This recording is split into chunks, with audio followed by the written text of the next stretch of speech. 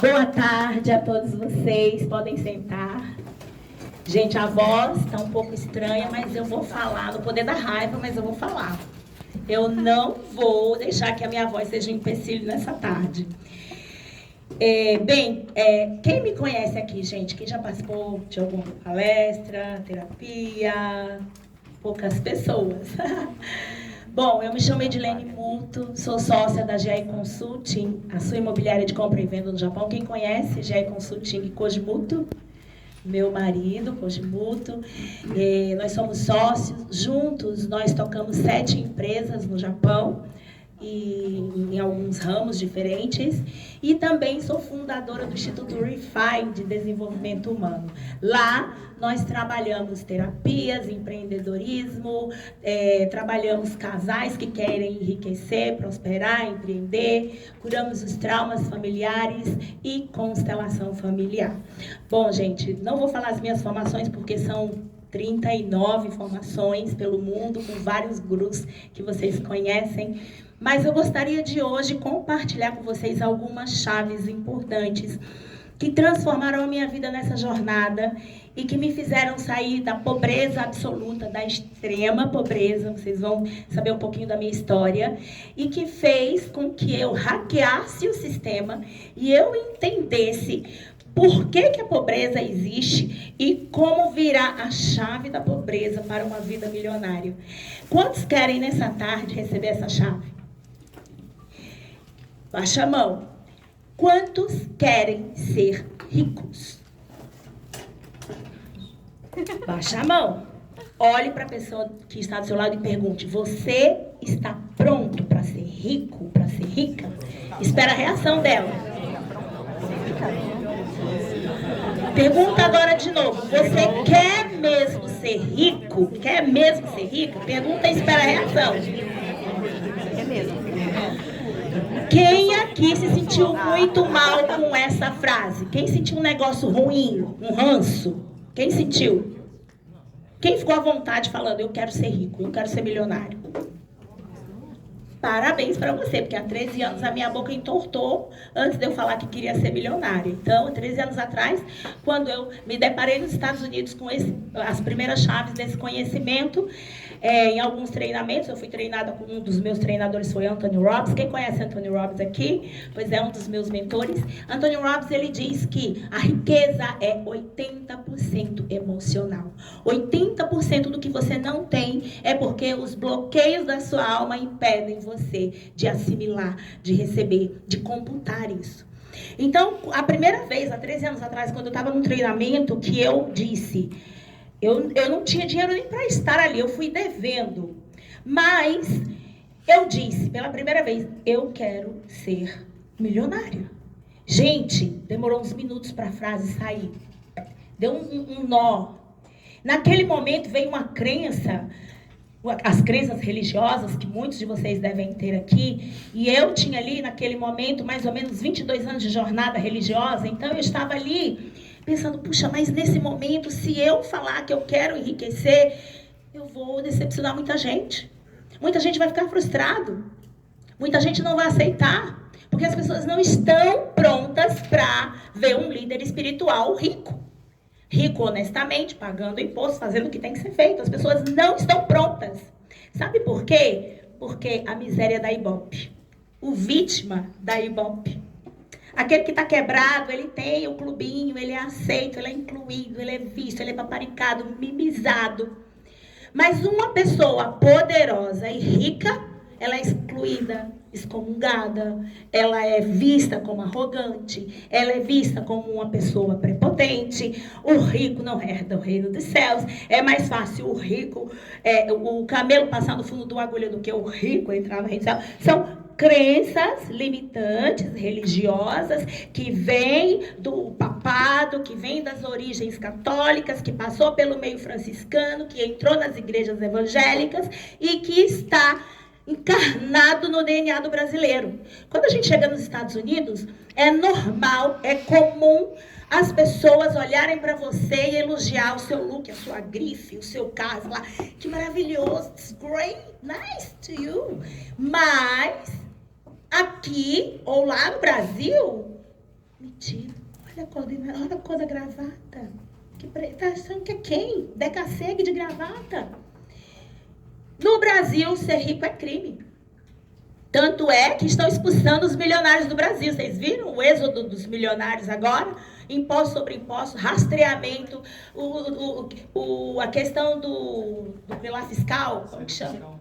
A saída fiscal. Você resolveu isso, Guto? Rapaz, que pepino é aquele que eu tô indo lá para ver esse negócio? Eu não sei o que, rouba dali, rouba daqui. Eu falei, gente, querem hackear o nosso patrimônio aqui no Japão porque você é brasileiro. Então, uma loucura. Porque o rico é criminoso. Essa é a... Desculpa quem é aí da esquerda, fique à vontade para ser, problema seu. Mas acontece que essa divisão de direita e esquerda coloca o rico contra o pobre, uma divisão estúpida que não existe, os dois lados se ferram. Eu vou dar um de Dilma agora. Quem ganhar ou quem perder, quem perder ou quem ganhar, não entendi nada, mas é isso. Todo mundo se ferra, todo mundo vai para o mesmo buraco. Então, enquanto a gente fica nesse jogo de dualidades, de polos, de polaridades, todo extremo é beira, gente. Fale comigo, todo extremo é beira. E o resultado é abismo. O resultado é abismo. Tudo que te leva para polaridades extremas, você vai cair. Então, aonde eu encontro equilíbrio? Eu encontro equilíbrio no centro, no meio. Trabalhando por 20 anos no Japão, como terapeuta, como líder espiritual, cuidando de almas voluntariamente. Trabalhei em fábrica, depois abri minha empresa, meu marido abriu a empresa dele. E nós, voluntariamente, cuidamos da comunidade brasileira por quase 20 anos. Sabe o que eu detectei no meu consultório? Que mais de 80% a 90% dos casais que vinham brigando por falta de dinheiro, gente. Me fala, como que você está no Japão, terra que mana leite e mel, que não falta emprego, que você pode trabalhar em 3 empregos se você quiser, não tem leis trabalhistas travando nem você, nem o dono da empresa. Você consegue aqui no Japão ser pobre. Vocês nunca pararam para pensar nisso? Porque há um tempo atrás eu falei, basta, deu.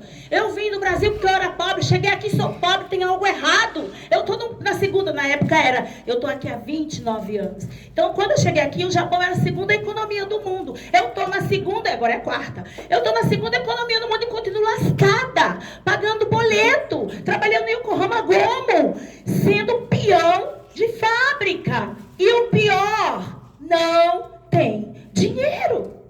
Que porra é essa? Falei, tem algo errado aqui. Pode virar para mim. Então eu disse, tem uma ciência que eu não conheço, porque, diga comigo, ficar rico é uma ciência. Ficar rico é matemático.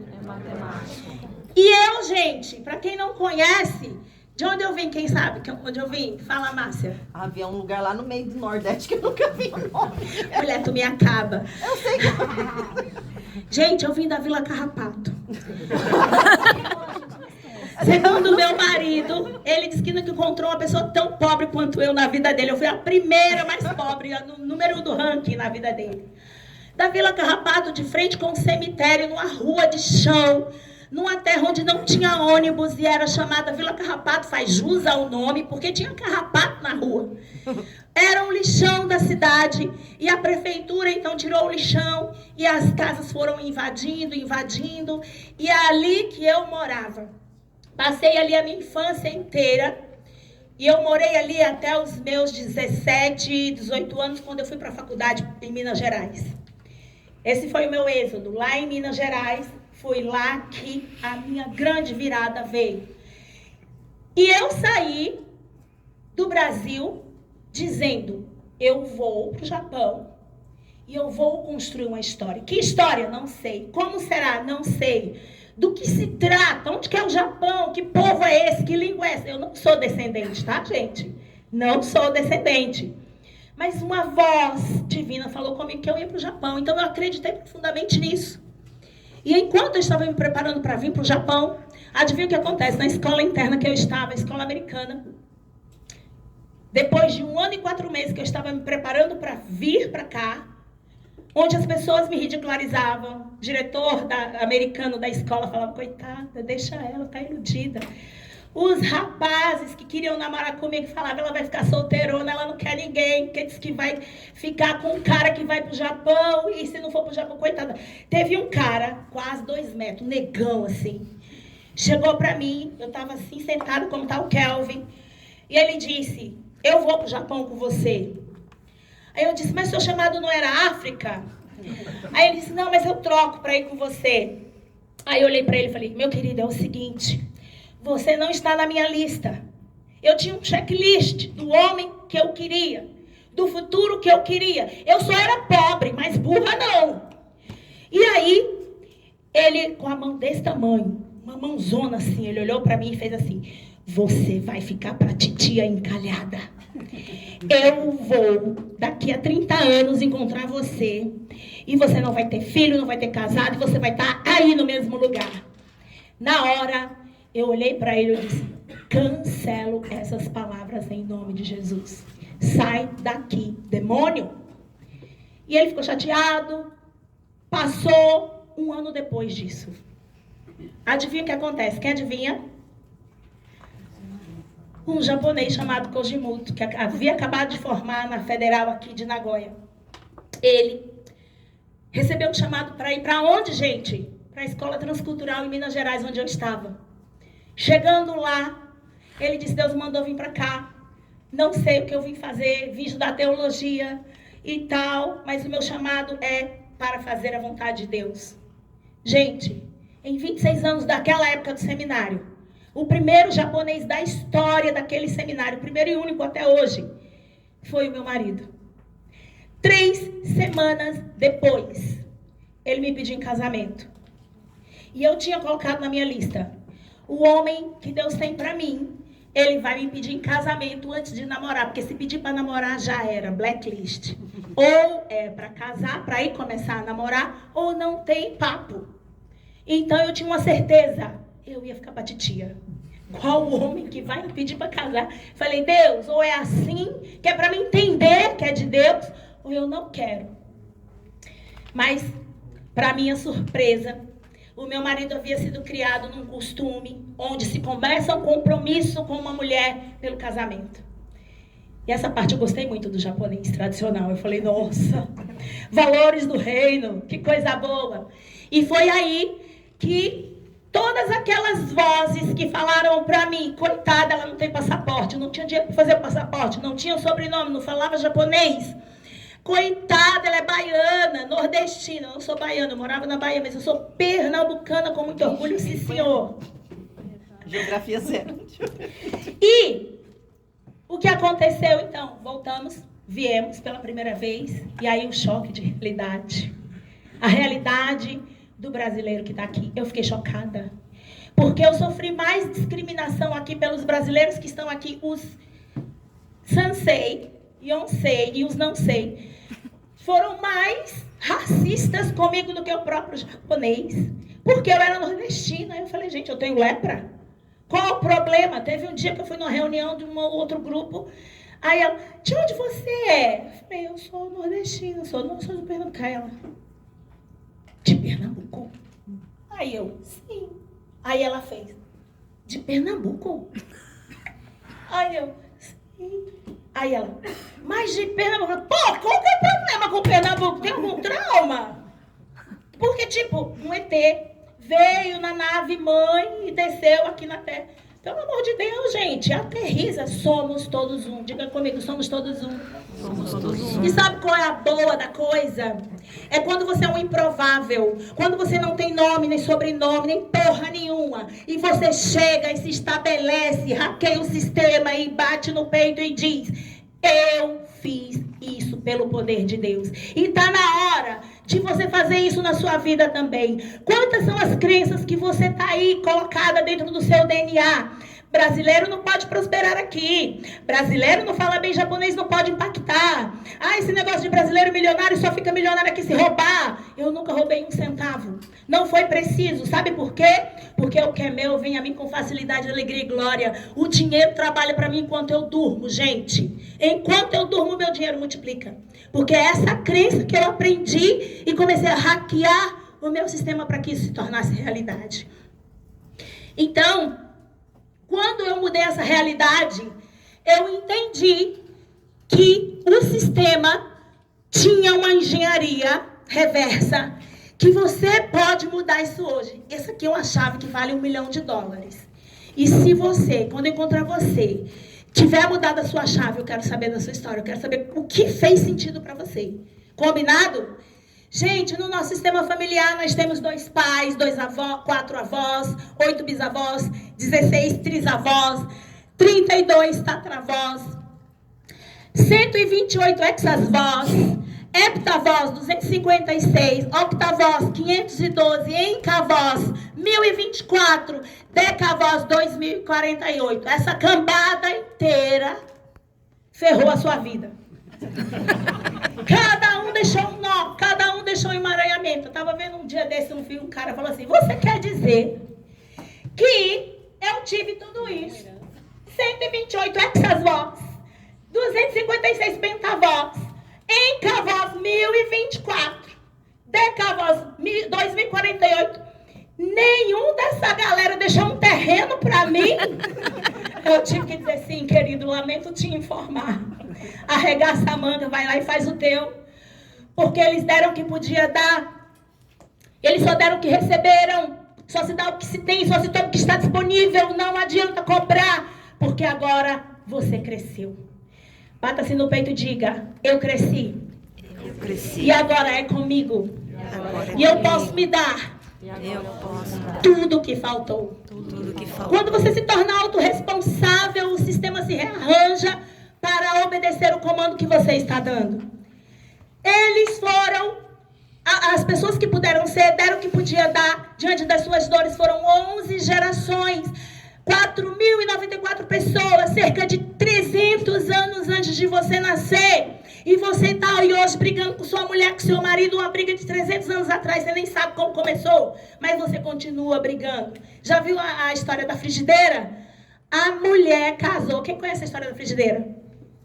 A mulher casou e ela tinha o hábito de fazer o peixe cortando o rabo.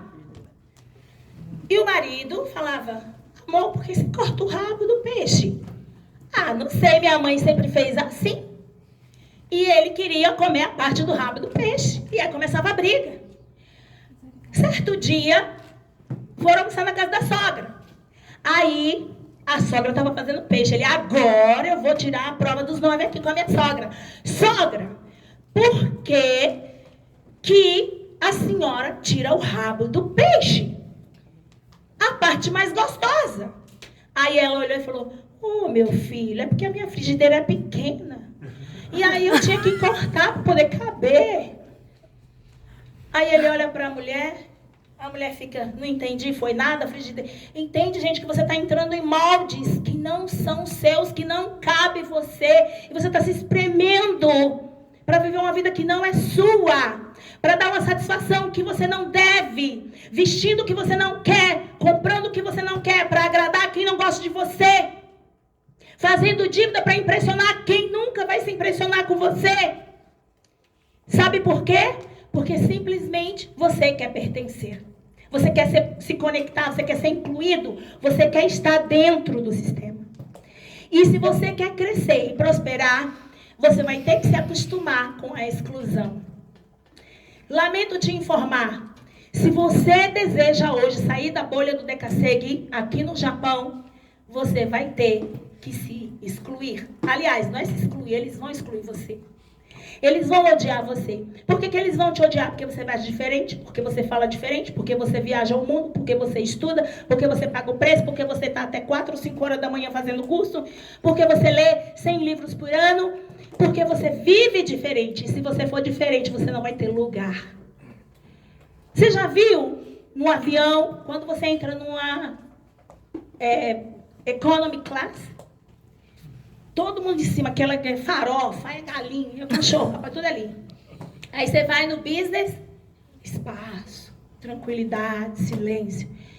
Mas quando a gente vai no Fast Class, gente, só tem 10 poltronas no Fast Class, só tem 2, 3 pessoas sentadas.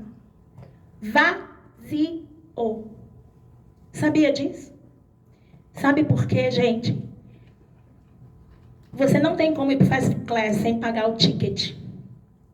E poucas são as pessoas que têm disposição de pagar o ticket, de ser uma pessoa ética, de ser uma pessoa honesta, diligente. Uma pessoa, sabe o que é preguiça? A definição de preguiça mais bonita, mais linda que eu já vi é: preguiça é quando você passa 10 anos fazendo a mesma coisa. 10 anos sem evoluir em nada. 10 anos sem estudar um curso. 10 anos sem ler um livro. 10 anos sem formar em nada. 10 anos com o mesmo salário. 10 anos comendo o mesmo feijão com arroz. Isso se chama preguiça. E preguiça traz pobreza. Quando eu entendi isso, eu disse: peraí. Se começou lá atrás, como é que eu limpo isso? Eu vou honrar, eu vou reconhecer, eu vou dar a eles o direito de ser quem eles puderam ser. Vou tomar a vida, tomar tudo que me pertence, deixar a morte, deixar o destino deles com eles. Mas eu escolho ser diferente. Quem deseja ser diferente, fale comigo. Querido pai, querida mãe, eu honro você. Eu vejo você. E você tem um lugar especial em meu coração para sempre. Você tem um lugar especial em meu coração para sempre. Mas eu deixo aqui o seu destino. Eu deixo aqui o seu De destino. dor, de perda, de escravidão, de pobreza, de divórcios, de traumas, de angústias. Eu deixo aqui o seu destino e escolho o meu. O meu. E me olhe com amor, pai, mãe. Me olhe com amor, pai. Quando eu fizer diferente de você. Quando eu fizer diferente de você. Gente, essa frase é poderosa, é terapêutica. Faça isso em sua casa. Porque nós recebemos aqui padrões herdados, crenças, emoções, doenças, destinos trágicos, repetição por lealdade invisível a ancestrais. Alguém que herda a depressão ou a escassez de um ancestral excluído, quando alguém foi excluído, alguém morreu, alguém foi assassinado. Você talvez está vivendo hoje uma depressão e não sabe de onde ela veio. Você hoje pode ter filhos com síndromes, com transtornos mentais, filhos com autismo e não sabe que é porque houve assassinatos brutais. Pode falar, Márcia. A gente estava, Márcia, eu já acompanho a Márcia, a família dela há uns 8 anos, né, amiga? A gente tem trabalhado ali na família, na empresa, todo mundo que ela coloca na empresa, a gente vai lá e fica o dia inteiro constelando o time todo dela, a avó, as crianças, todo mundo. A gente tem 8 anos e a Márcia é só crescendo, só indo, evoluindo. E um dia a gente estava fazendo a constelação porque a filha dela tinha carteirinha de autismo. E a escola falava, tem que pôr em outra escola. E ela disse, eu não quero colocar. E nós fomos fazer, então, a constelação com a mãe. Não é a criança, o problema é a mãe, é o pai. E aí, quando abrimos o campo, nós vimos que tinha tido um assassinato brutal. E era uma morte violenta que não foi vista, que estava encoberta. Aí eu falei, olha, consulta o seu sistema, converse com a sua mãe, com seus tios, com seus irmãos. Veja, ela não sabia de nada, eu muito menos, mas ela saiu com a informação. E aí ela foi consultar a mãe veio para cá, né? Ela estava vindo e a mãe veio, a gente fez então uma constelação em grupo. E na constelação, gente, se você nunca fez uma constelação em grupo, por favor, faça. Em dezembro nós teremos lá em Okazaki, tá? Dia 20, nós teremos a última do ano em grupo. Vá para participar, vá para você ver o que é, como funciona. Você vai ver que não fica pedra sobre pedra na sua vida. E aí ela veio, a vovó veio, não sabendo o que estava acontecendo, a Márcia mandou, ó mãe, vai lá, tal. E ela foi. Gente, o campo, na hora, mostrou o tio, era o tio da sua mãe, é o irmão da sua mãe. Não, é tio da minha mãe, filho, Tio da sua mãe. Irmão da minha avó. Então. Tipo assim, a minha avó tinha o irmão, e aí o pai da minha avó, que era meu bisavô, né?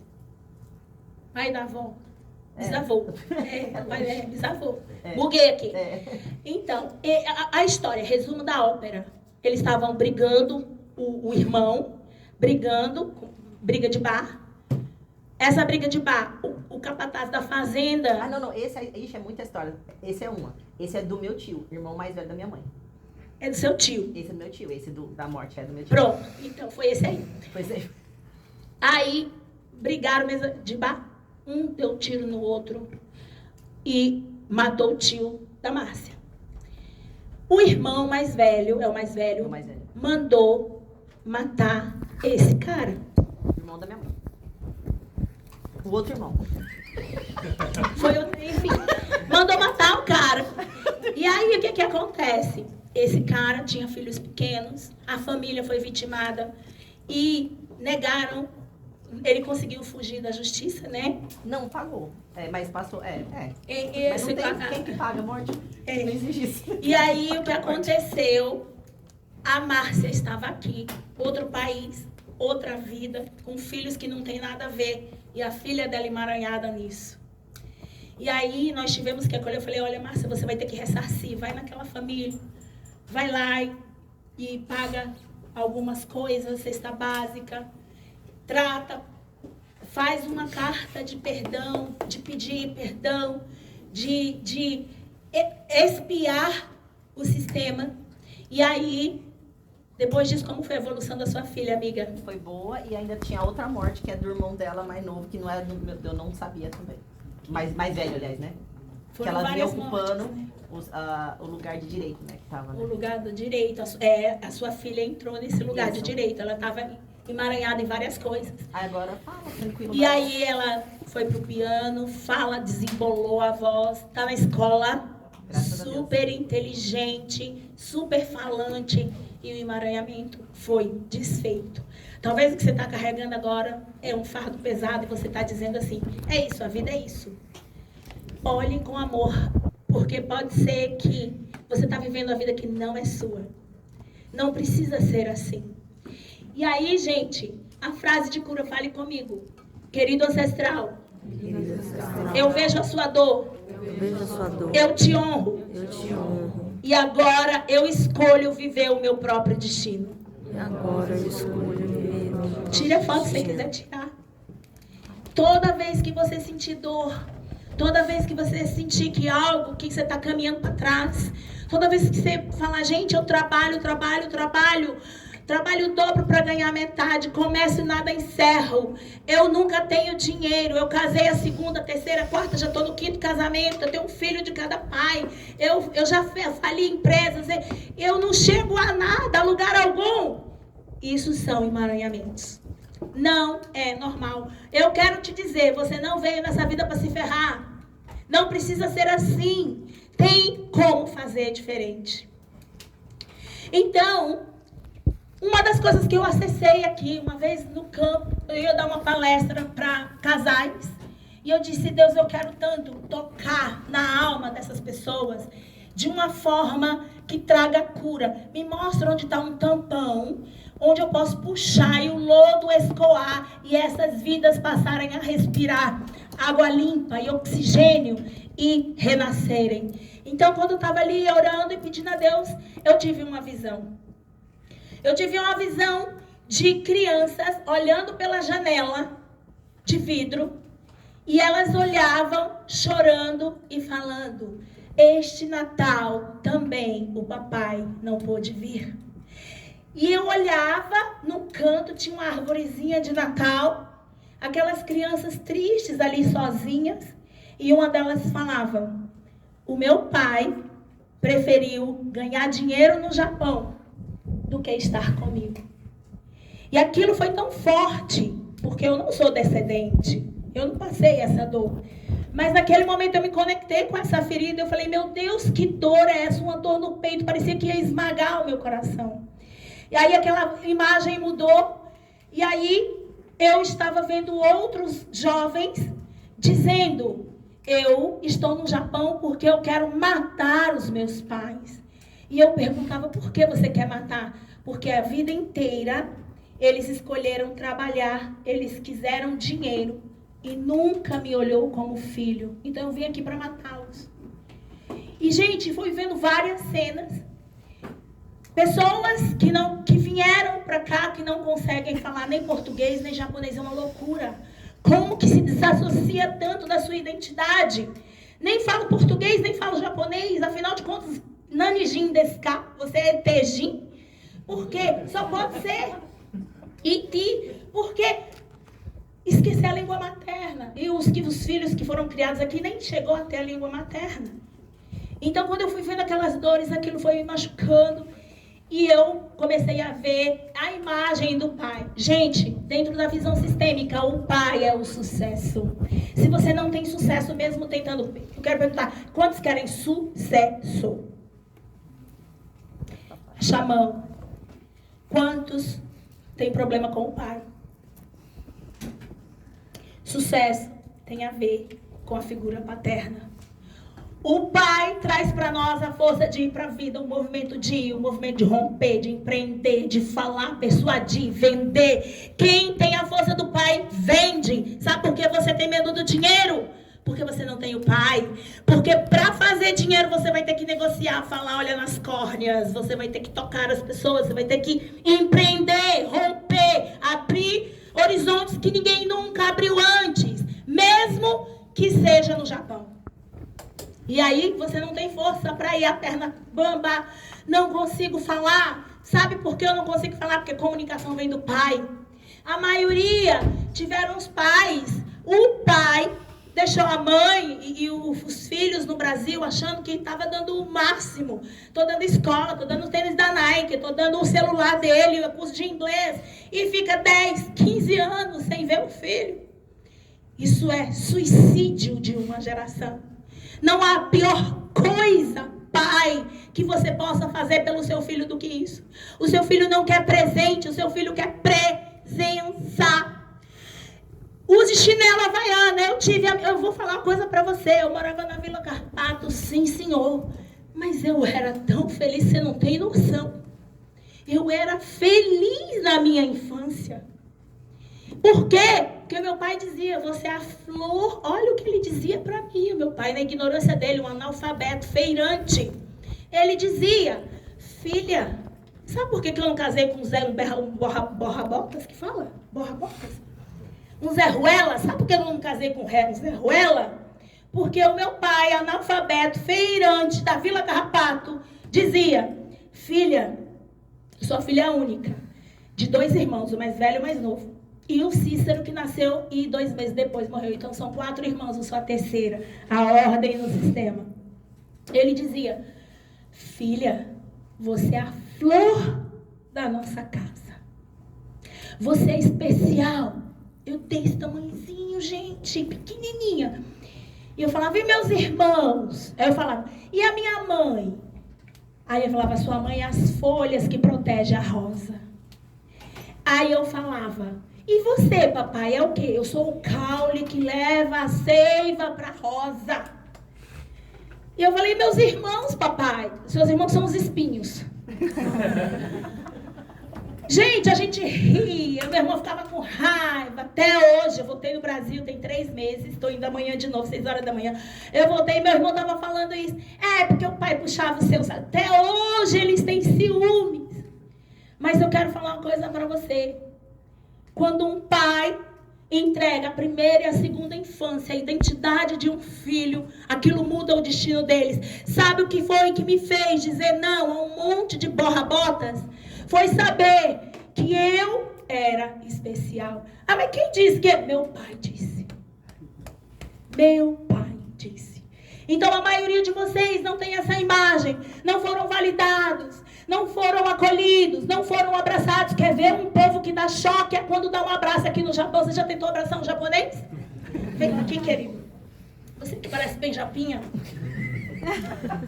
Fingiu? Não. Seja japonês, que vai que você já é brasileiro, tá? Oi, muito prazer. Muito prazer. Não é assim, gente? Tô mentindo. E até o meu sogro, quando eu fui dar meu sogro, muito prazer, ele ficou assim, ele fez exatamente assim. Obrigada, queria mandar um aplauso pra ele. Parece que tá dando choque. Não me toca, não me rela, não quero comunicação, não quero contato visual, não quero ser humano, porque aqui o que funciona é máquina. E aí você vem, brasileiro, tô na terra do país que é máquina, é primeiro mundo, e tenta entrar, vai dar ruim. Vai dar ruim, meu amor. Você tem sangue latino, você é brasileiro, você precisa de gente, você precisa de abraço, você precisa de conexão. Ah, mas eu sou descendente. Metade. 50%. Você sempre será estrangeiro. E enquanto você não honrar isso, você não tem força. Você só tem força. Por que eu digo? Sou Edilene Muto, pernambucana da Vila Garrapato. Porque eu estou honrando a minha história, honrando a minha raiz. Eu estou dizendo pra mim, eu sou foda sim. E sou pernambucana sim, senhor. Qual o problema? Agora eu quero saber, você tem orgulho de ser quem você é? Não importa a sua história. Você tem orgulho do que você recebeu? Me dá moedinha aí, amiga. Me dá moedinha. Qualquer moedinha. Porque, gente, sem o pai, você vai ter dificuldade de prosperar, medo de se expor. Você vai ter sabotagem no movimento de romper barreiras. Quando eu não chego e não recebo as moedas dos meus pais, as migalhas que eles puderam dar, que era tudo que eles tinham para dar, eu não prospero. É em cima disso que eu vou juntar os meus milhões. É na base. É curando a raiz. Se eu não receber, porque é pouco demais, você vai ser doente. Você vai ser a casa com parede, com teto, com estrutura, que no primeiro terremoto vai ruir. Você vai casar, tô apaixonado, a mina maior gata, bumbum na nuca, uau, tesão. Divórcio. Ah, o cara é lindo, tem uma Ferrari, é rico. Divórcio. Sabe por quê? Porque você não recebeu a base. Ah, mas em minha base eu tenho vergonha. Eu tive muitos anos isso e eu só andei para trás. Quando eu peguei as moedinhas, as raízes, me veio uma visão. Eu com 7 anos. Eu sou uma baita de uma vendedora. São 7 empresas. Eu treino os nossos funcionários em venda. Os nossos corretores são os melhores do mercado. A nossa imobiliária bateu a número 1 no Japão vários anos consecutivos de maior venda do Japão, com medalha e tudo. Muitos dizem que meu marido é o rei dos imóveis. Mas não nasceu assim não, tá? Era pobre de Maré Dercy. Eram 2 lascados, ele e eu. Mas eu cheguei para ele e falei, querido, quem vende enriquece. Diga comigo, quem vende? Enriquece. Você vai ter que abrir uma empresa para vender. Deus me livre, eu sou de processos, eu sou de computador, eu sou engenheiro. Eu falei, tudo bem que você é engenheiro, mas engenheiro com salário de 220 mil não vai dar. Ou você enriquece, ou eu vou ter que enriquecer sozinha. Escolha. Aí o japonês tem um ego, né? Graças a Deus que mexeu com o libido da criatura. E ele disse, não, você ficar rica sozinha não vai dar. Eu sou o macho. Eu falei, ótimo, vai. E aí, gente, o meu marido, nós começamos. E começamos o treinamento dele. Eu levei ele para o mundo inteiro, gente. Treinamento com Anthony Robbins, treinamento com Paulo Vieira. Quem conhece o Dr. Paulo Vieira? Foi meu mentor em 2014. Formei em toda a graduação, 16 cursos da Febracis. Eu sou Golden Belt da Febracis. E aí, Paulo Vieira, curso com Paulo Vieira. Contratei coaches da equipe de Anthony Robbins para guiar o meu marido por 1 ano. Contratei coaches japoneses para fazer japonês, para ter certeza que ele estava falando a língua dele, que ele estava entendendo. Sabe por quê, gente? Homem precisa de homem. Homem precisa de homem, assim como o sucesso precisa do pai. Então eu tive que achar mesas novas, pessoas novas. Se eu queria que meu marido se tornasse um milionário, eu precisava expô-lo a uma vida milionária. Ainda que era dos outros. Começa olhando a vida dos outros. Começa modelando. E aí eu, nos Estados Unidos, me destaquei na minha formação. Fui convidada pela escola que eu estava me formando para ser palestrante de casais em alto mar, num navio para o Caribe. 8 dias em alto mar, com tudo pago. Falei, posso levar acompanhante? Meu assessor? Pode. Porque assim, eles não precisam saber que eu estou lascada, né? E que eu estou com uma dívida de 1 ano para pagar o curso que eu estou fazendo lá. Deixa abaixo. Deixa abaixo. Então, eu posso levar o meu assessor? Pode. Então, eu levei o meu marido. Chega lá. Falei sobre vida sexual no navio. Numa certa hora, aí teve um intervalo, o povo sumiu. Gente, o povo sumiu. Não sei o feedback. Aí quando foi no jantar, os maridos fizeram fila. Muito obrigado. Falei, o que foi que eu fiz? Não, muito obrigada, a sua palestra. Aí as esposas vêm me dar feedback. Eu falei, olha, suas bandidas, vocês estavam tudo devendo. E aí, caí na graça do povo. O que aconteceu? Gente, ama em todo o tempo. O que eu fiz com o Kelvin foi só amar. Amar a alma dele, a família dele, o tempo que a gente conviveu, sem preconceito. Você nunca se sentiu humilhado na minha casa, você já sentou na minha mesa. Em algum momento, você sentiu, tipo assim, ela é maior? Eu deixei isso passar em alguma vez? Guto, você já foi lá, você foi na minha casa, você e sua esposa. Você sentiu, nossa, que metida. Como você se sentiu na minha casa? Acolhido. Você pertence. Márcia já é como da minha mesa há 8 anos. Mas como foi a primeira vez, amiga? Eu não queria quebrar nada. Tô brincando. Não, sempre vem esse. Não pode quebrar nada. Não pode quebrar, amiga. Você eu deixo. Então, amar em todo tempo, em qualquer lugar, não importa a cifra da pessoa. Eu só fiz isso lá no navio. Amar aqueles casais, dar tudo que eu podia dar. Gente, eu dei tudo que eu podia dar. Um mestrado inteiro e um doutorado de psicologia familiar. Eu dei tudo para aquele povo. Sabe o que aconteceu? Num dos jantares, num dos almoços lá, os homens, os mais ricos, sentaram numa mesa e chamaram meu marido. E eu de longe, vai. Eu vou ficar do outro lado, que é aqui. Vai pro clube do Bolinha. E o meu marido lá, com uma taça de vinho, com aqueles homens. Ficaram umas 3 horas batendo papo. E eu estava tentando há 8 meses fazer o meu marido sair da empresa que ele estava, de despachante credenciado, fechar aquilo para ir para a imobiliária. E ele com medo. Eu não sou vendedor, eu sou de processo, eu sou técnico. Quando ele saiu daquela mesa, ele disse, amor, você não vai acreditar. Aí eu falei, conta. Ele é um dos maiores corretores da Flórida.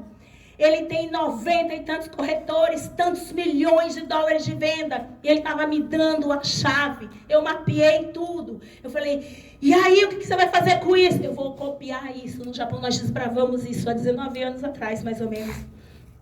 O mercado imobiliário, como vocês conhecem hoje, no formato que é hoje, fazendo brasileiros ricos como é hoje, começou com a gente, tá, gente? E aí, nós moldamos aquilo. E resultado, modelagem, modele, finja que é ATC, ande com quem é. Se você anda com 5 idiotas, você vai ser o 6º idiota. Se você anda com 5 falidos, você vai ser o 6º falido. Se você anda com 6 gordos, você vai ser a 6ª gorda. Se você anda com 6 adúlteros, você vai ser o 7º. Mas se você andar com 6 pessoas prósperas, adivinha? Bingo. E naquele ano, o meu marido triplicou o faturamento dele. No 2º ano, ele triplicou o que já tinha triplicado, com 2 anos e meio. Quando fechamos os impostos, foi 1.750% a mais do faturamento. Isso merece uau. Diga uau. Uau. Eu não estou falando isso para esnobar aqui. Eu só estou dizendo que aquela menina que recebeu uma herança de migalhas, que aprendeu, sabe o quê? As minhas migalhas. Ela aprendeu a vender. Era pequenininho. Meu pai trazia as abóboras como que chama aqueles negócios de vender? Atacado? Frutas. Feira.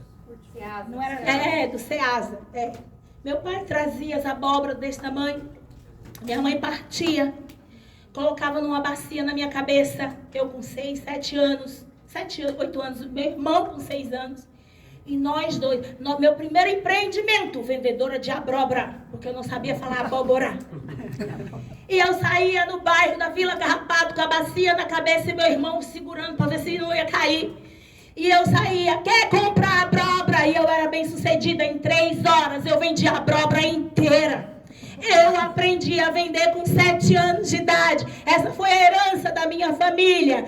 E hoje somos um dos maiores vendedores do mercado imobiliário, porque eu recebi as minhas migalhas. Dê um aplauso ao nosso Deus, gente.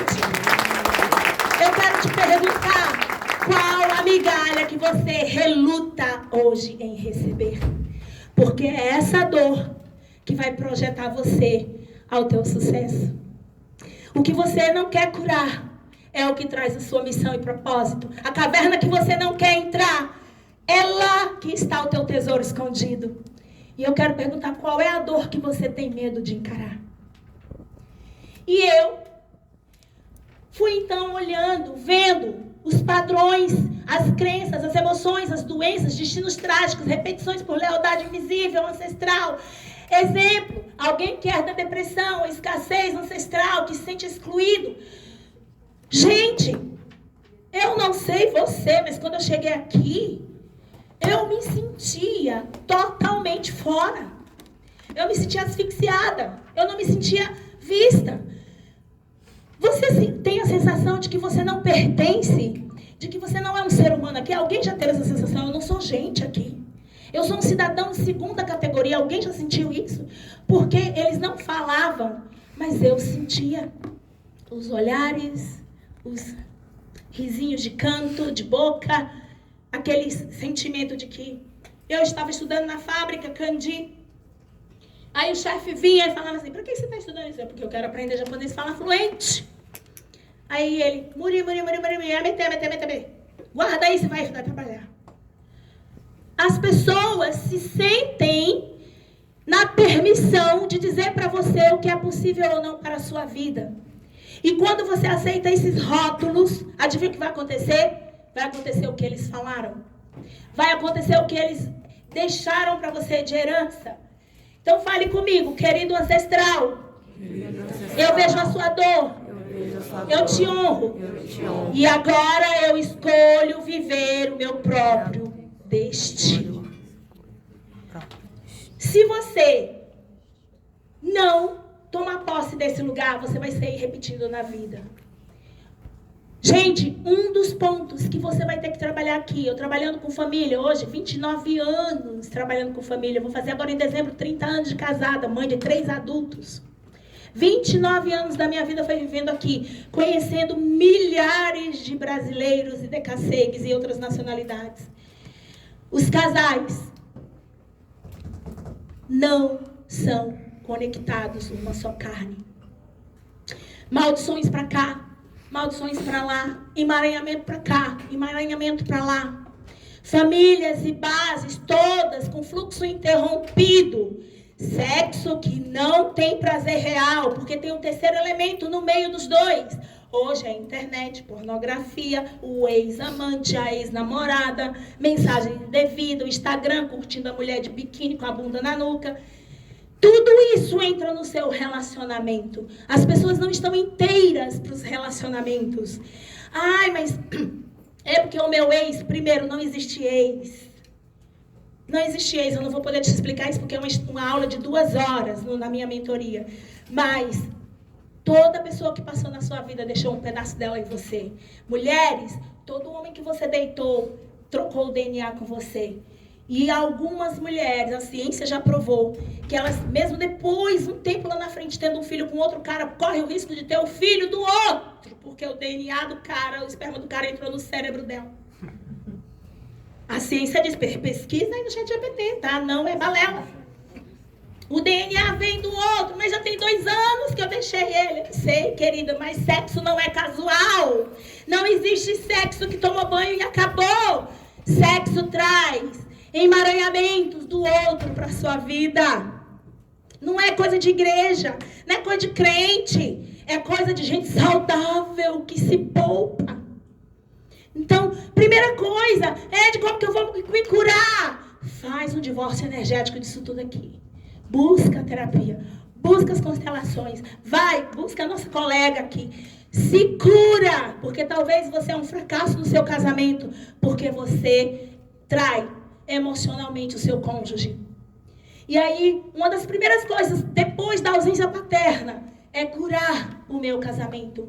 Gente, 90% do seu sucesso vem da pessoa que você casou.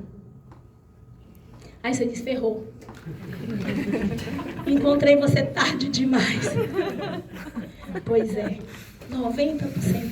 A escolha mais importante da sua vida está na pessoa que você vai compartilhar a cama, a criação dos filhos e o seu destino. Aí agora que eu já fiz tudo estabanado, já errei, já quebrei tudo, já baguncei tudo, já estou no quarto. Eu quero te dizer, tá no quarto, você vai para o 15º. Se você não curar essas dores, esses emaranhamentos. Várias mulheres chegavam para mim e falavam, Ed, eu tenho saudade do meu marido quando ele está na fábrica. Eu sinto falta dele, eu amo, eu quero ele. Mas quando ele chega em casa à noite, que ele vem querendo, me dá um nojo. Eu sinto um asco. Eu não sei o que é. Aí eu já lendo o campo, eu já sabia o que era, obviamente. Fomos tratar com o marido. O que é? A terceira pessoa. E é virtual, tá? Homens desavisados, desconcertados. Eu quero dizer uma coisa para vocês. Essa mulherzinha que você fica mandando mensagem, curtindo a bunda, o fio dental, que não sei o que lá. Isso já conta como adultério. Isso já conta como deslealdade. E a tua mulher, ela vai sentir. E quando uma mulher sente que ela não é prioridade na vida do cara, ela perde o tesão. Muitos maridos chegaram para mim e falaram, a minha mulher, ela é frígida. Ela não tem vontade. Vamos tratar, porque tem vários motivos pelo qual a mulher, né, é frígida, então vamos tratar. No caso desse homem é o quê? Pornografia. Ele fazia de tudo. Com cachorro, com jegue, com tudo. Nos vídeos. A mulher passava a ter nojo dele. E, gente, isso existe, tá? Isso existe realmente. No Brasil tem até leis. É incrível, né? Você conhece um povo pelas leis que regem o país. Tem lei para não transar com jegue. É proibido. Você nunca vi lá, não. Eu esqueci o lugar, mas eu vi o cara falando, qual o problema? Eu gosto do jumento. Gente, eu vi no jornal de verdade, não é fake. Então você agora encontrou o homem dos sonhos, fez o mapa da criatura, você olhou o passado dele, você pediu o DNA dele, porque de repente um jegue vai entrar entre vocês. Você não sabe. O meu marido ficou horrorizado. Eu tinha 19 anos quando ele me pediu em casamento. Eu falei pra ele, você já transou com homem? Eu não estou disposta a competir com homem. Vamos fazer um teste de HIV. Aí ele, que absurdo, isso é uma ofensa. Eu nunca tive uma outra mulher na vida. Eu falei, e homem? Levei ele no médico para fazer. Ele tá me dizendo uma coisa, eu não sei. Ele veio do outro lado do mundo, não sei se ele é um forasteiro, fora da lei, fugitivo da polícia. Falei, olha, para mim te dizer sim, manda o teu, como que chama aquele negócio da polícia? Aquela ficha. Antecedentes. O cartório está pedindo os antecedentes criminais. E aí ele, tá bom. Falei, eu não sou doida. Eu vou pro outro lado do mundo com você. E se eu chegar lá e você for um psicopata? Meu sonho está quebrado. Então, sabe, é muita gente inocente demais. Eu vou dizer uma coisa para você, quando a realidade vem, não tem amor que prevaleça. Aqui os empreendedores e os donos de empresas vão concordar comigo. Quando o imposto chega, não tem tesão que dure. Não tem pau que fique duro quando o imposto chega. Não tem amor que dure quando as crianças estão doentes e o marido não pode pagar a conta. Mulheres, estou mentindo?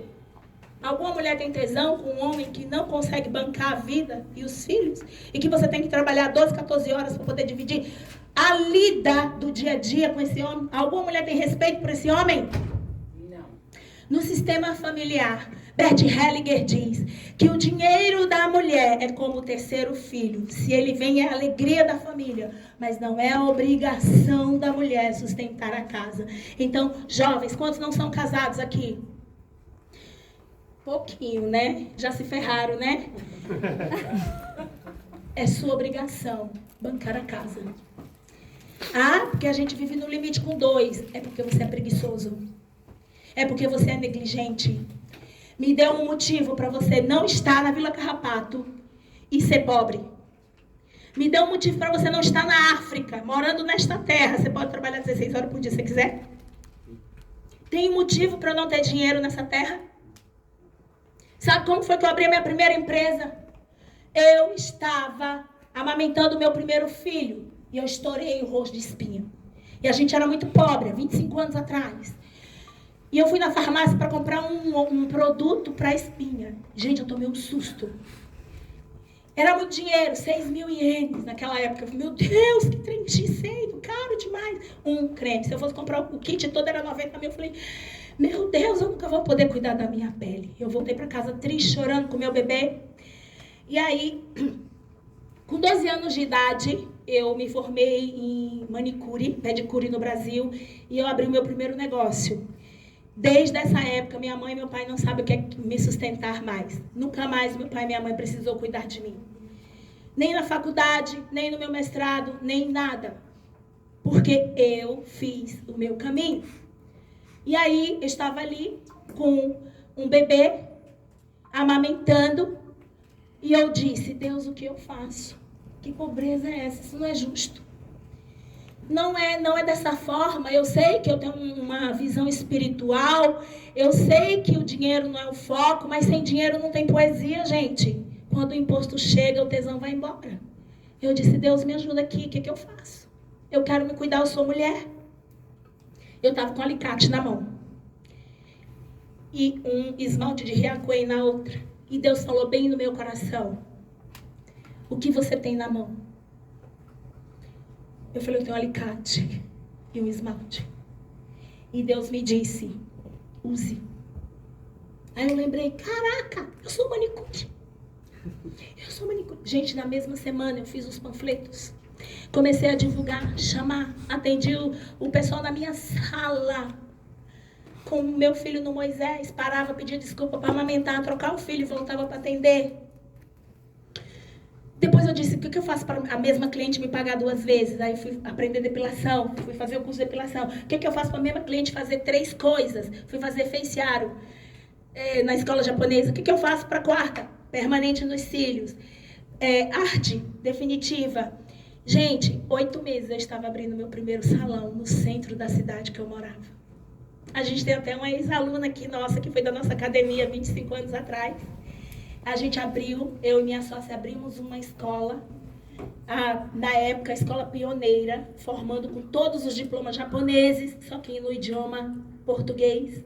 Abrimos uma loja em Okazaki, uma loja em Anjo, e a gente ganhou muito dinheiro, e eu ganhei muito dinheiro e autoridade trabalhando por 8 anos nisso. Eu só deixei para seguir o meu propósito e missão.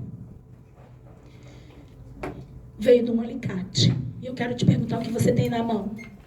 Pergunte para a pessoa que está ao seu lado o que você tem na mão. Eita! Você tem na mão? Não, tem na mão. Muita gente não tem. O que você tem na mão? Quem tem aí algo mais útil do que o que eu tinha? Um alicate? Se você entende de sistema, se você é como o Thiago, meu suporte, cadê o Thiago? Se você é fera como ele, lead page, copy, como que é o trem lá, o impulsionamento, né? Se você é fera como ele, você só não é rico porque você não quer. Você quer ver um milionário, é alguém que tem desses paranauê aí. Aí eu pergunto, esses jovens já nasceram com o computador, o iPhone na mão, eu estava com alicate. Meu primeiro milhão foi com alicate. Cadê a sua ferramenta? Quem tem um iPhone? Todo mundo. Pelo amor de Deus, vocês estão 100 anos na minha frente. Então, gente, se você não tem, você precisa compreender que é por causa dos seus paradigmas. O que são paradigmas? Essa é uma aula de 4 horas que eu dou na minha mentoria. Hoje à noite eu tenho mentoria, vou sair daqui e vou correndo com o meu grupo lá em Okazaki. Eu não vou poder falar tudo sobre isso. Mas paradigmas são o quê? São crenças, são ideias, hábitos, costumes que vêm dos pais, da família, do campo sistêmico, da religião, de líderes da escola, de onde você vive, do Japão, enfim. E as pessoas, elas vão dizer para você o que você pode e o que você não pode. Há 13 anos atrás, quando eu tinha deixado o meu negócio, e o meu negócio era bem sucedido, tá? Era simples, básico, mas eu estava bem ali. Mas quando eu deixei aquilo para ir para os Estados Unidos estudar, que eu voltei, me falaram assim: você acha que aqui você vai ter cliente? Falaram bem assim. Você acha que alguém vai pagar um processo de coach para você? Aqui alguém vai se interessar? Aí eu olhei para a pessoa bem nos olhos e disse: talvez não teve até aqui. A partir de agora, eu escolho ter. Eu vou achar. Aí me perguntaram: onde estão os empresários? Eu disse: eu não sei. Como que você vai trabalhar com eles? Eu também não sei. Como é que você vai ensiná-los a ser rica se você não é? Eu falei: eu ainda não sei. Mas o fato é, eu tenho aí a Márcia, empresária. O primeiro processo dela de 1 ano pagou 600 mil. 750. 750 mil. Como ela, muitos empresários que eu cuido. O empresário que eu tenho que me paga o ticket mais alto é o meu marido. Até hoje eu sou a coach dele. E aí eu cobro mais cara a fatura, né, gente? É justo, né? É justo. Aí ele fala assim: eu vou dar o cubinho em você, porque você é cara demais. Eu falei: como? 50% que você tem é meu. Na verdade, é 65 mil. Cadê? Então, quando você entende, vozes, crenças, informações sistêmicas nos impedem de romper. Podem ser que hoje estão falando para você: pode parar, você não é bonito. Você não fala bem. Você não tem uma boa prática, você não tem informação. Você é só um brasileiro, mais um aqui. E você disse: é verdade. Gente, eu sempre tive um problema na minha vida. Não me fale essa palavra. Muria, Natal Adekinai. Quando fala isso pra mim, um negócio ferve aqui dentro. Ah, é impossível. Quando fala que é impossível, acionou a guerreira e eu vou só no poder do ódio, mas eu vou lá e faço. Meu filho, coloquei no piano. Tava com seus 8 anos. Você me dá o time, tá? Mais 5 minutinhos. Tá. Meu filho tava no piano. Aí eu cheguei pro professor, ele tava escutando no carro. Falei: ai, que música clássica linda. Torokushinkyoku. Eu não sei falar em português, mas era uma música clássica bem difícil. E aí, ele falou: mãe, eu vou aprender essa música. Para me agradar, ele queria aprender a música. Compramos a partitura, ele treinou um pouco. Chegamos na aula com a professora. Eu disse: professora, ele quer aprender essa música. Ela disse: Muri. Aí ela acionou. Muri? Como Muri? Ah, porque a mão dele tem uma oitava, a mão dele é pequena, que não vai acompanhar, que não sei o quê. Dekinai desu, né? Ai. Eu saí, ele teve a aula. Quando eu cheguei no estacionamento, eu olhei para ele: filho, você lembra o que ela disse? Lembro. Aquilo é mentira. Nunca deixe ninguém olhar para o seu sonho e dizer que é impossível. Essa é a verdade dela. Aí ele me olhando assim, eu falei: o que é que você quer ganhar?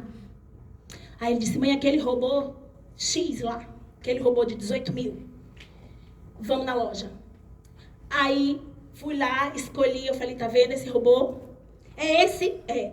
Vamos embrulhar para presente. Cheguei na estante, perto do piano, coloquei no alto e disse: filho, tá vendo aqui? É o seu prêmio. Quando você aprender essa música, você vai poder abrir esse bonequinho do robô. E você vai ganhar 20 mil ienes para você torrar com o que você quiser. Sério, mãe, eu posso comprar chocolate? Eu falei: meu Deus, pode. Gente, em 2 meses, o meu filho, 2 meses aprendeu a música. 2 meses. Só a parte da mão, que realmente era difícil, que ele pulou. Aí, depois de 2 meses, eu falei: professora, por gentileza, sente aqui, escute meu filho tocar. Aí ele sentou e eu escutando. Aí ela: nossa, Você fez tudo e chegou até aqui sozinho? Ah, então já que é assim, podemos fazer a versão sem a mão. E aí você vai conseguir apresentar ela no concerto. Eu olhei, como é que é? Você quer me dizer que existe a versão sem a mão, com a oitava? E você disse pro meu filho que era impossível? Sua filha de Belial, eu não aceito esse rompe. E eu tinha dito pro meu filho, eu nem sabia que a música tinha outro jeito de fazer. Mas eu disse, filho, não importa se não pode usar a mão, usa o pé. Mas você vai tocar essa música. E ele apresentou o concerto musical com aquela música, sem a oitava que ela disse que era impossível. Quantos são os rótulos que estão dizendo para você impossível? E você disse é verdade. Pula só para mim rapidinho, Kevin, eu não vou poder explicar isso. Próximo. Eu queria mostrar para você o que é a barreira do terror funcionando. Próximo. Quando você vence, um vídeo, pode apertar ele. Quando você vence a barreira do terror. Tá lembrado? Quando você está limpando o sistema, isso aqui é minha casa. 4 andares. Você sabe o que é queimar 100 milhões e 50 minutos? Eu vos apresento o show de horrores aqui. 100 milhões e 50 minutos. Passa o próximo vídeo, Kelvin, que tem mais. Pode apertar. 4 andares queimados em 50 minutos. A polícia me liga. Eu estou no cabeleireiro. Aqui, minha casa. E aí, a polícia disse, senhora Muto, volte aqui agora, sua casa está pegando fogo. Eu pensei que era uma coisinha. Mas eu disse, Deus, pelo amor de Deus, meus livros, meus projetos científicos, meus documentos, Senhor, não. Eu só pensava disso, eu não pensava nos móveis, eu só pensava nos meus livros. E quando eu cheguei lá, gente, helicóptero voando a minha casa, 9 carro-pipa, a polícia fechando todas as avenidas, um show de horror, o cara do manchão do lado, gravando isso aqui para depois ganhar like. Eu excomunguei ele até... Depois que eu vi o vídeo, eu falei, olha, eu vou pegar esse vídeo para usar. Obrigada. Você quer like? Mas eu muito obrigada, porque eu não tinha como. E aí, gente, o fogo não queimou, a água dissolveu. Mas quando a polícia liberou que eu podia entrar, a única coisa que ficou inteiro foi a minha biblioteca. Os meus livros. Os meus aparatos científicos. E naquela hora eu tinha certeza de uma coisa. Perdi só o patrimônio. Porque a verdadeira riqueza de uma pessoa, ela está dentro. É de dentro que sai toda a riqueza. É quando eu me torno rico por dentro. Eu disse, eu fiz a primeira, meu marido fez comigo a primeira, faremos a segunda. A glória da segunda casa será maior do que a primeira. Reconstruímos. E a reconstrução que era para ser em 2 anos, nós fizemos em 4 meses e meio. A dívida de Itioco, que era para 10 anos, nós pagamos em 1 ano. Porque eu entendi que riqueza é emocional. Riqueza não é ter dinheiro. Dinheiro é um fator que vem depois. Riqueza é quando eu me posiciono. Próximo vídeo rapidinho, só para me concluir. Queria falar muito. Por quê? Isso aqui, quem conhece a tabela de Hawkins, David Hawkins. Gente, onde começa a minha riqueza? Você sabia que o Japão, ele vibra na vergonha? Tudo é Hazukashi. Nihonjin é Hazukashi. Japonês vibra na humilhação. 20 escala. Essa aqui é uma aula de 4 horas. Que eu dou na minha mentoria. Eu não vou poder te dar essa aula aqui agora. Mas eu só quero que você entenda. Se você está vibrando vergonha, culpa, apatia, tristeza, medo, tudo isso na escala Hertz são daqui para cá, orgulho. São energias densas, energias condensadas, energia que te leva à pobreza, à depressão, síndrome do pânico, frustração, a construir e nada ter, trabalhar o dobro para ganhar metade, excesso de insucesso. Eu preciso elevar a minha vibração e aspirar o positivo para eu chegar pelo menos aqui na coragem. Primeiro princípio dos divergentes? Coragem. Quando eu vi você falando, eu falei, olha, ele pegou a tabela. Quando você está na coragem, você está na afirmação. E quando você começa a afirmar, você começa a dizer, foi impossível até aqui, antes de mim. A partir de agora se torna. Porque onde que se torna as possibilidades? Na visão de quem vê. É quem vê, quem enxerga, quem dá o comando para o campo sistêmico, que determina a atuação dos átomos e a função da onda. Então, gente, quando você passa a entender que ninguém é responsável, não foi o seu pai, a sua linhagem, a sua pobreza, onde você nasceu, o seu marido, o seu primeiro marido, o seu 10º marido, mas é de você, sobre você, é através de você, tudo começa de dentro para fora. Como diz Corey Young, né, o pai, um dos pais da psicanálise, ele diz, quando nós olhamos para fora, nós olhamos para fora e vemos o mundo. Mas quando nós olhamos para dentro, nós realizamos. Olhamos, nós sonhamos. Quando olhamos para dentro, nós realizamos. E eu quero perguntar, onde está a tua visão? Se tudo é possível, se estamos no campo das múltiplas possibilidades, se tudo depende de você, por que não está acontecendo? Então eu quero te perguntar onde você está hoje. Porque o que eu encontro de pessoas aqui presas nessa escala e por isso não conseguem criar nada. Gente, dinheiro só vem onde vibra alegria. Dinheiro só vibra onde vem coragem. Dinheiro só vibra onde tem lealdade. Dinheiro só vibra onde tem princípios e ordem. Dinheiro não chega. A gente trabalha com leilões de imóveis. E uma característica que eu vi em várias das centenas das casas que a gente comprou: lixo. O matagal, 2 metros de altura no jardim da casa. Eu já fui numa casa de um ex-chachô que nós arrematamos. Tinha lixo da entrada, eram 6 LLDK. Com um estacionamento para 8 carros. E não tinha um estacionamento sem lixo. Não tinha como ver o teto. A gente comprou sem saber a cor da parede de lixo. Aquela casa, eu levei um time de 13 pessoas e foram 20 toneladas de lixo que a gente teve que jogar fora. Eu nunca vi uma pessoa conectada com a sujeira, com a desordem, com a desorganização enriquecer. Porque dinheiro, gente, é igual a mulher delicada, não fica com idiotas, não fica. Dinheiro exige ordem, equilíbrio. O dinheiro, ele vai exigir de você que você seja uma pessoa que tem o domínio e o governo, senão ele bate botas e vai embora. E agora, só para concluir, roda para mim. Pode passar, que isso aqui é uma aula de 4 horas, pode passar. Gente, isso aqui é muito maravilhoso, campo toroidal, mas eu não vou poder dar, pode passar, rapidinho. Gente, a gente tem uma mentoria, o Mente Milionária. O Thiago está trabalhando comigo no suporte, qualquer dúvida, eu vou ter que sair correndo.